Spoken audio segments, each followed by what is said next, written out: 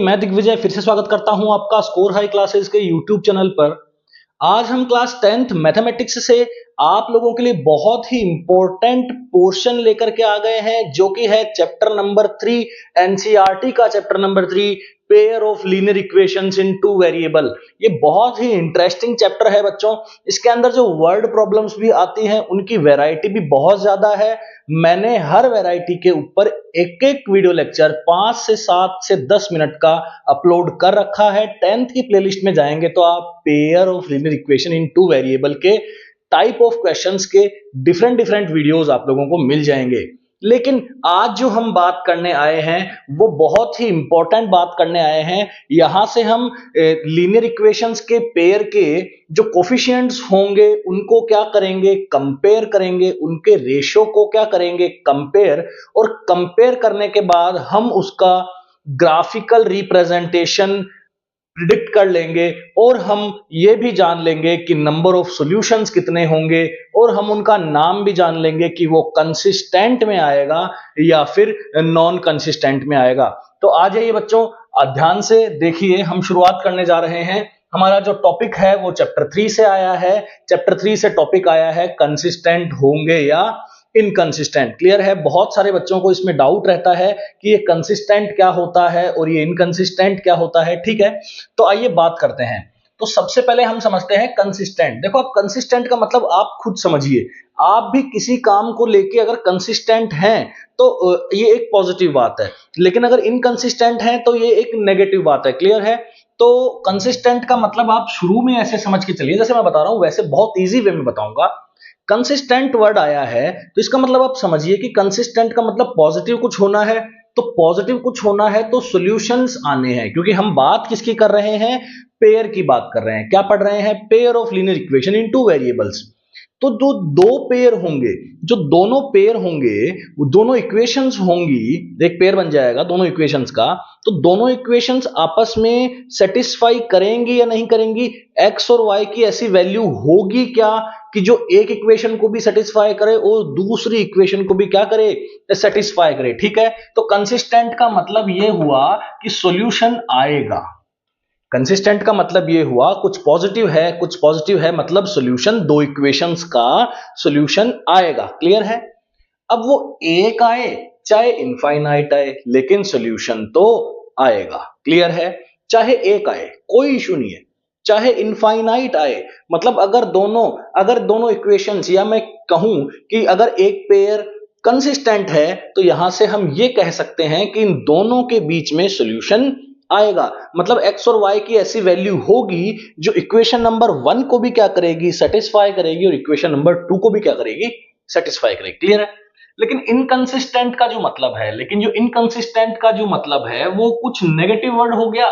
ठीक है, इसका जस्ट ऑपोजिट हो गया। यहां सॉल्यूशन आते हैं तो यहां सॉल्यूशन नहीं आएंगे। क्लियर है? यहां सॉल्यूशन आते हैं, यहां सॉल्यूशन नहीं आएंगे, तो यहां सॉल्यूशन नहीं आएंगे। बस सिंपल सी बात। ठीक है, तो कंसिस्टेंट को हमने यहां शो किया है, इनकंसिस्टेंट को हमने यहां शो किया है। मैं एक एक एग्जांपल से आपको ये कंडीशंस भी लगा के दिखा दूंगा, वेरीफाई करके समझा दूंगा। ठीक है, तो केस 1 पे आइए।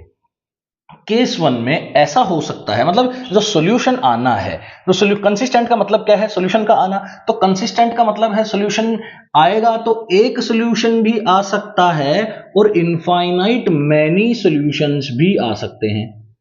एक सॉल्यूशन भी आ सकता है और इनफाइनाइट मैनी सॉल्यूशंस भी आ सकते हैं, जो दोनों में कॉमन है। सॉल्यूशन का मतलब क्या है? सॉल्यूशन का मतलब है जो उस इक्वेशन को क्या कर दे, सेटिस्फाई कर दे। एक सिंपल सी बात है। ठीक है, तो मैंने मान लो a1x plus b1y plus c1 का जो ग्राफ बनाया, जो कार्टेशियन प्लेन पे जो ग्राफ मैंने बनाया, किसका, मेरी पहली इक्वेशन का। अब इक्वेशन का जो ग्राफ होता है, जो लीनियर इक्वेशन का ग्राफ होता है, वो बच्चों कैसा होता है, स्ट्रेट लाइन होता है। तो स्ट्रेट लाइन, मैंने एक स्ट्रेट लाइन बना दी। मान लो कि a1x plus b1y plus c1 का ये ग्राफ है। ठीक है, अब मुझे a2x प्लस b2y और c2 का ग्राफ बनाने का मौका मिला, तो मैंने क्या किया, ऐसे बनाया, मतलब बन गया ऐसे। तो बन गया तो ये दोनों लाइंस एक दूसरे को कितने पॉइंट पे कट कर रही हैं, एक पॉइंट पे कट कर रही हैं। ठीक है, तो जितने पॉइंट पे कट करेंगी उतने सॉल्यूशन आएंगे। बात कर रहे हैं कंसिस्टेंट की मतलब सॉल्यूशन तो आना है। कंसिस्टेंट की बात कर रहे हैं मतलब सॉल्यूशन तो आना है, चाहे एक आए चाहे बहुत सारे आए। तो एक आने की कंडीशन क्या है, जब वो दोनों एक दूसरे को एक पॉइंट पे क्या कर जाएं, इंटरसेक्ट कर जाएं। और यहां पे क्या कंडीशन हो जाएगी कि दोनों एक दूसरे को क्या कर रही हैं, ओवरलैप कर रही है, या फिर कोइंसिडेंट लाइंस इनको बोला जाता है, कोइंसाइड कर रही है, एक के ऊपर एक लाइन बन रही है। हमने पहली लाइन बनाई और दूसरी बनाई, दूसरी भी उसी के ऊपर आ गई। क्लियर है? तो टाइप क्या बोला जाएगा, यहां से जो टाइप बोला जाएगा वो बोला जाएगा इंटरसेक्टिंग पेयर। क्या बोला जाएगा? Intersecting pair.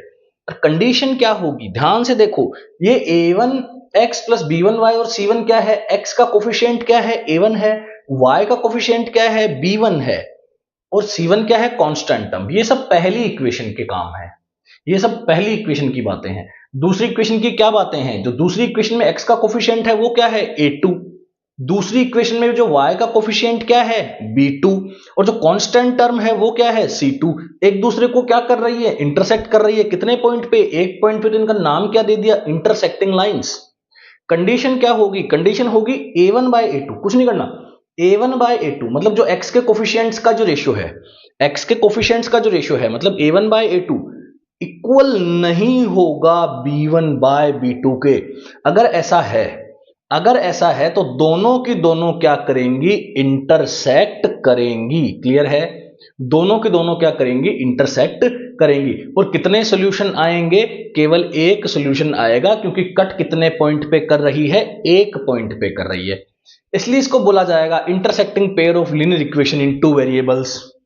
In this pair, in this graph, in this Cartesian plane, we get only one solution, तो केवल एक solution आएगा। and the condition is a1 by a2 is not equal to b1 by b2। मतलब हर equation को आपको बना के नहीं देखना है, आपको केवल उनके रेशियोज का कंपैरिजन करना है, कोफिशिएंट्स के रेशियो का कंपैरिजन करना है, जिससे आपको पता चल जाएगा कि ये वन सॉल्यूशन में जाएगी, इंटरसेक्टिंग है, क्या है, जो भी है। ठीक है, केस 2 पे आ जाओ। केस 2 बता चुका हूं, दोनों लाइनें एक ही पॉइंट पे एक ही जगह बन जाएगी, तो सॉल्यूशन कितने आएंगे, इन्फिनिटी मैनी सॉल्यूशंस आएंगे। टाइप क्या होगा, कोइंसिडेंट पेयर, या इन्हें डिपेंडेंट भी बोला जाता है। डिपेंडेंट पेयर क्या बोला जाता है, डिपेंडेंट पेयर भी बोला जाता है। ठीक है, डिपेंडेंट पेयर भी बोला जाता है, या इन्हें कोइंसिडेंट पेयर भी बोला जाता है। ठीक है, इन्हें इंटरसेक्टिंग बोला जाएगा, इन्हें कोइंसिडेंट बोला जाएगा। क्या कंडीशन होगी, तो इसकी कंडीशन होगी कि a1 बाय a2 इक्वल होगा b1 बाय b2 के, और इक्वल होगा c1 बाय c2 के। ठीक है, तीनों के तीनों ही क्या होंगे भैया, यहां से इक्वल होंगे। a1 by a2 equal b1 by b2 equal c1 by c2, तीनों के तीनों ही क्या हो जाएंगे भैया, इक्वल हो जाएंगे। आ जाओ इनकंसिस्टेंट पे आ जाओ। अब किस पे आ जाएंगे भैया, इनकंसिस्टेंट पे। चल के कहां से आ रहे हैं, ऊपर से चल के आ रहे हैं इनकंसिस्टेंट, क्योंकि कंसिस्टेंट हमने देख लिया। कंसिस्टेंट का मतलब सॉल्यूशन का आना, कंसिस्टेंट का मतलब क्या है, सॉल्यूशन का आना। यहां भी सॉल्यूशन आएगा और यहां भी सॉल्यूशन आएगा। यहां कितना आएगा, एक आएगा, यहां कितना आएगा, बहुत सारे आएंगे, इन्फिनिटी मैनी सॉल्यूशन आएगा। ठीक, केस 3, केस 3 में मान लेते हैं मैंने ये पेयर बनाया है, तो ये वाली जो लाइन है वो a1x plus b1y plus c1 equal to 0 है, और ये वाली जो लाइन है वो है आपकी a2x plus b2y plus c2 equal to 0। ठीक है, दो लाइंस है, तो सॉल्यूशन नहीं आ रहा है। अब सॉल्यूशन कैसे नहीं आ रहा है, क्योंकि ये एक दूसरे को क्या नहीं कर रही है, इंटरसेक्ट नहीं कर रही है, इसलिए सॉल्यूशन नहीं आ रहा है। इसलिए इनका नाम क्या दिया है, inconsistent pair of linear equation in two variables. Clear है?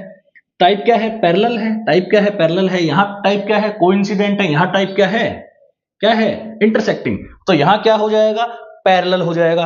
पैरेलल की कंडीशन क्या होगी, पैरेलल की कंडीशन होगी कि a1 बाय a2 तो इक्वल होगा b1 बाय b2 के। यहां तक तो सेम है, a1 बाय a2 तो इक्वल होगा b1 बाय b2 के, a1 by a2 b1 by b2 के इक्वल होगा, लेकिन c1 बाय c2 के इक्वल नहीं होगा। क्लियर है? एक एक एग्जांपल लें इनके, आओ बच्चों इनके एक एक एग्जांपल लेते हैं। ठीक है, यहां से इरेज कर देते हैं इसे, और इनके एक एक एग्जाम्पल कर लेते हैं, जिससे हमें कम से कम ये समझ में आ जाए कि जब क्वेश्चन आएगा और हमसे वो पूछेगा कि कंसिस्टेंट है कि इनकंसिस्टेंट है, वो हमसे पूछेगा डिपेंडेंट तो नहीं है, वो हमसे पूछेगा क्या कोइंसिडेंट है, क्या हमसे वो पूछ सकता है कि इंटरसेक्टिंग होगी या नहीं, वो हमसे ये भी पूछ सकता है कि सॉल्यूशन कितने होंगे, एक होंगे, इन्फिनिटी होंगे, बहुत सारे होंगे, नहीं होंगे। ठीक है, तो एक एग्जाम्पल लेते हैं, जैसे फर्स्ट वाला एग्जाम्पल लेते हैं, x प्लस वाई 10 है, x माइनस वाई 4 है। ठीक है, अभी हमें इसको सॉल्व नहीं करना है, सॉल्व करने के लिए जो मेथड होंगे एलिमिनेशन और सब्स्टिट्यूशन, उसके ऊपर मैं वीडियो लेक्चर लेकर के आ जाऊंगा। सब्स्टिट्यूशन का अलग, एलिमिनेशन का अलग। क्लियर है? अभी सॉल्व नहीं करना है हमें, तो केवल ये देखना है कि ये इस कैटेगरी में आ रहा है, इसमें आ रहा है, या फिर इस कैटेगरी में आ रहा है। भाई कैटेगरी कौन सी है इसकी? तो इसके A1 B1 C1 लिख लेंगे, A2 B2 C2 लिख लेंगे। तो यहां से इन 10 को और 4 को इधर ले चलो, तो ये क्या बन जाएगी इक्वेशन? जनरल फॉर्म में लेकर के आओ, जनरल फॉर्म में लेकर के आओ। सबसे पहले बच्चे गलती कर जाते हैं, जनरल फॉर्म में नहीं लाएंगे, लफड़ा हो जाएगा। ठीक है, जनरल फॉर्म में लाओगे तो A1 क्या है इसका? A1 कितना है भैया? 1 है। B1 कितना है भैया? 1 है। C1 कितना है भैया? -10। क्लियर है? A2 कितना है? ध्यान से देखो, A2 क्या है?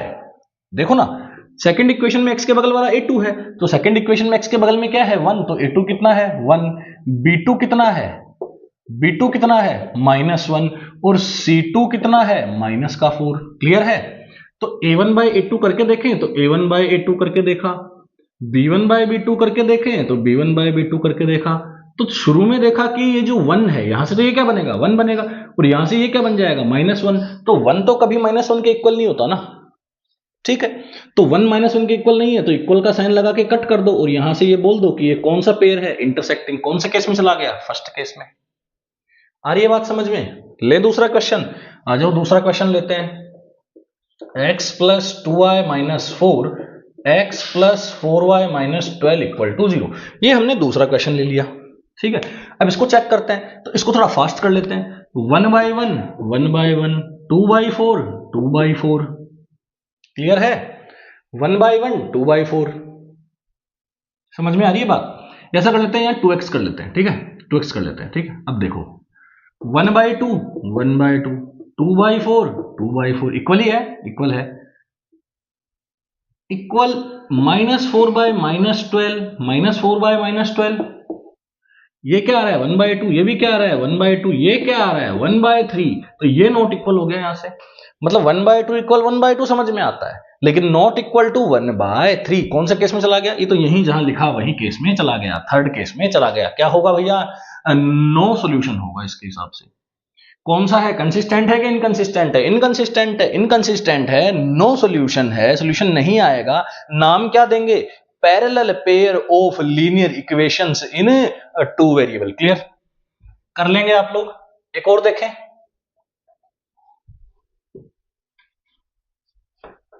एक और देखते हैं। x + 2y = -8, 3x + 6y = -24। देखें, आओ 1/3 1/3, 2/6 2/6, +8 +24, +8 +24, ये 1/3, ये 1/3, ये 1/3, तो 1/3 = 1/3 = 1/3 कौन सा केस में चला जाएगा? इसी में चला जाएगा, डिपेंडेंट में ही चला जाएगा। कौन सा हो जाएगा? कोइंसिडेंट पेयर हो जाएगा। कंडीशन आपने खुद ने पता है, नोट किया है, निकाला है, चेक किया है। क्लियर है? क्या देंगे? डिपेंडेंट देंगे, और सॉल्यूशन कितने आ जाएंगे? इन्फिनिटी मैनी सॉल्यूशंस आ जाएंगे। नेक्स्ट लेक्चर के अंदर मैं 10th क्लास की मैथ से इसी चैप्टर से लेकर के आऊंगा। उसमें हम बात करेंगे पर्टिकुलर सब्स्टिट्यूशन मेथड की, जिसमें बच्चों के बहुत सारे बेसिक मैं क्लियर करने जाऊंगा 10th क्लास से। आप लोग देखते रहिए वीडियोस को। Thank you so much.